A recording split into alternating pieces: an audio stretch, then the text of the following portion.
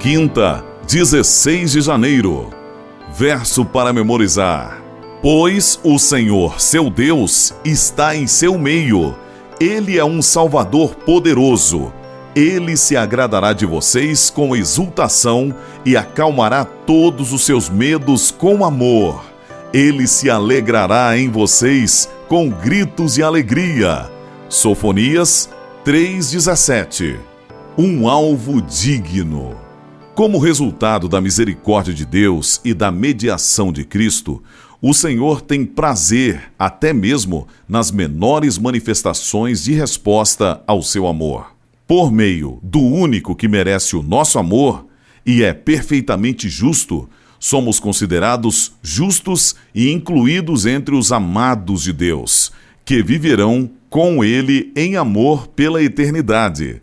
Essa é a esperança da redenção, que inclui a obra que Cristo realiza por nós no céu. Você pode indagar: será que isso se aplica a mim? Eu também sou incluso nisso? E se eu não for bom o suficiente ou não tiver fé suficiente?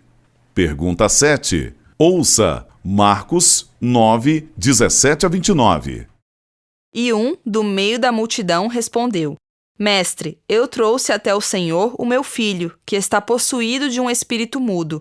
E este, sempre que se apossa dele, lança-o por terra, e ele espuma, range os dentes e vai definhando. Pedi aos seus discípulos que o expulsassem, mas eles não puderam. Então Jesus exclamou: Ó geração incrédula, até quando estarei com vocês? Até quando terei de suportá-los? Tragam um menino até aqui. E eles o trouxeram. Quando ele viu Jesus, o espírito imediatamente agitou o menino com violência, e caindo ele por terra, revolvia-se espumando. Jesus perguntou ao pai do menino: Há quanto tempo isso está acontecendo com ele? O pai respondeu: Desde a infância. E muitas vezes o tem lançado no fogo e na água para o matar. Mas, se o Senhor pode fazer alguma coisa, tenha compaixão de nós e ajude-nos. Ao que Jesus respondeu: Se o Senhor pode, tudo é possível ao que crê. E imediatamente o pai do menino exclamou: Eu creio, ajude-me na minha falta de fé. Vendo Jesus que muita gente estava se reunindo, repreendeu o espírito imundo, dizendo-lhe: Espírito mudo e surdo, eu ordeno a você, saia deste menino e nunca mais entre nele. E ele, gritando e agitando-o muito, saiu, deixando-o como se estivesse morto, a ponto de muitos dizerem: Morreu. Mas Jesus, tomando-o pela mão, o ergueu e ele se levantou. Quando Jesus entrou em casa, os seus discípulos lhe perguntaram em particular: Por que nós não pudemos expulsá-lo? Jesus respondeu: Esse tipo de espírito só pode ser expulso por meio de oração. Como Jesus reagiu ao pai do menino? Quanta fé é necessária? Os discípulos não conseguiram expulsar o espírito imundo e a esperança parecia perdida. Mas Jesus exortou o pai vacilante, o qual, emocionado, respondeu com lágrimas: Eu creio, ajude-me na minha falta de fé.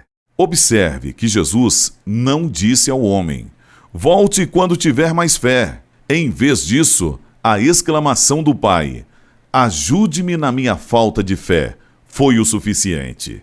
Sem fé, é impossível agradar a Deus. Ainda assim, Jesus aceita até mesmo a menor fé. E por meio da fé, pela mediação de Cristo e pela obra de Cristo em nosso favor, podemos agradá-lo em nossa resposta a Ele, da mesma forma que um pai fica satisfeito quando um filho lhe traz um presente aparentemente sem valor. Referindo-se a Deus, Paulo disse que devemos ter o propósito de lhe agradar.